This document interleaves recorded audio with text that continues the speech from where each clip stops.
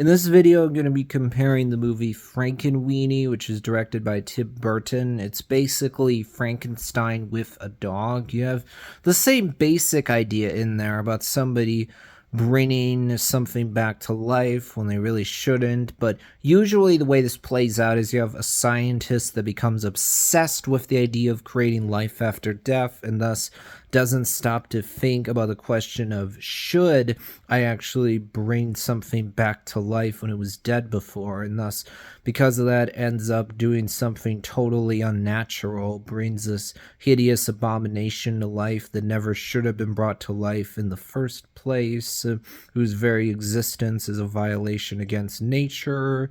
In the case of Frankenweenie, the idea is you have a kid who is close with his pet, his dog specifically.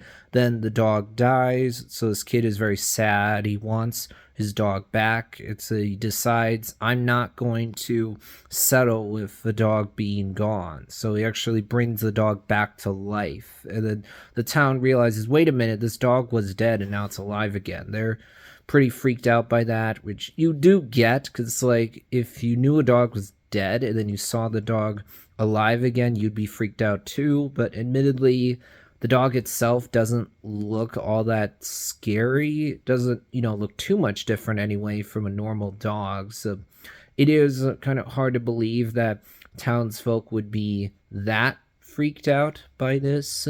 I think that Frankenweenie is overall a decent movie. I don't think it's a great one.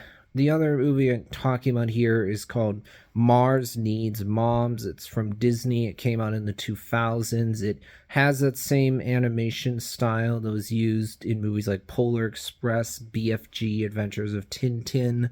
I don't think this kind of look has really aged well. I think it makes these movies seem creepy to watch now because the humans don't look right. The faces don't look right. There's not that much detail in the faces, so it just looks wrong. Now, when it comes to this movie, I think that it's fine, but not fantastic. It's not like bringing anything all that fresh to the table. It works well enough, but it's not like it's all that memorable. I mean, I think the setup for the movie works because it makes sense. You have this mom and son that are not getting along because the son is constantly annoyed. He thinks that, oh, my mom is on my case about everything. She nags me about everything. Why can't she ever lay off? And the mom's really annoyed because she thinks, oh, my son can't ever listen to me or do anything that I tell him to do. So many kids know exactly what that's like. They've had that dynamic with either one or both of their parents before. If they have two parents or if it's just one, they probably have felt that with the one parent where you're really annoyed with them. Like, oh, why can't my parent loosen up? Why do they have to be on my case about everything? In this movie, you get to a point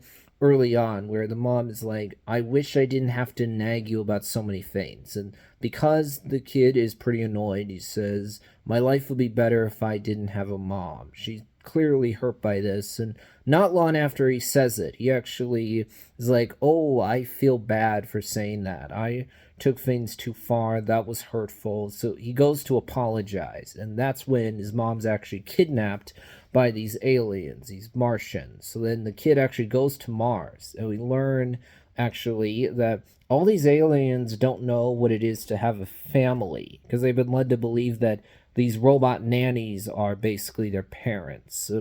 But one of the aliens there who's actually friendly learns, oh, we did have families. It's just the Martian that's in charge has chosen to hide this truth from the rest of us. And then by the end of the movie, all the Martians learn the truth that was hidden from them. And so you feel like, oh, they're going to improve things around here. And also, the kid rescues his mom. They both get back to Earth. And by the end, the relationship is clearly in a better place than was previously. I think that it all makes sense. It's not like I watched Mars Needs Moms and went, oh, this movie sucks, it's bad. No, I didn't think that. I just thought, is this one of Disney's better movies? No, I don't really think it is. I think it's a totally fine middle of the road Disney movie, but would I be interested in rewatching this film? Not really, to be honest. Like, if I wanted to rewatch a Disney movie, there's a lot better ones that I'd be much more interested in rewatching than this movie, to be honest.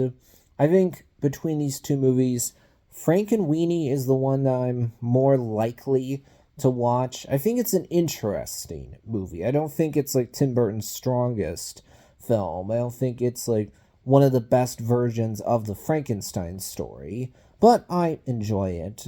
Though, actually, I do want to mention here before I wrap things up, these are both movies I've only seen one time, and I watched them both for the first time recently. Actually, in the case of Mars Needs Moms, I watched that for the first time like within the past month, I'm pretty sure. But I'll wrap things up for this video.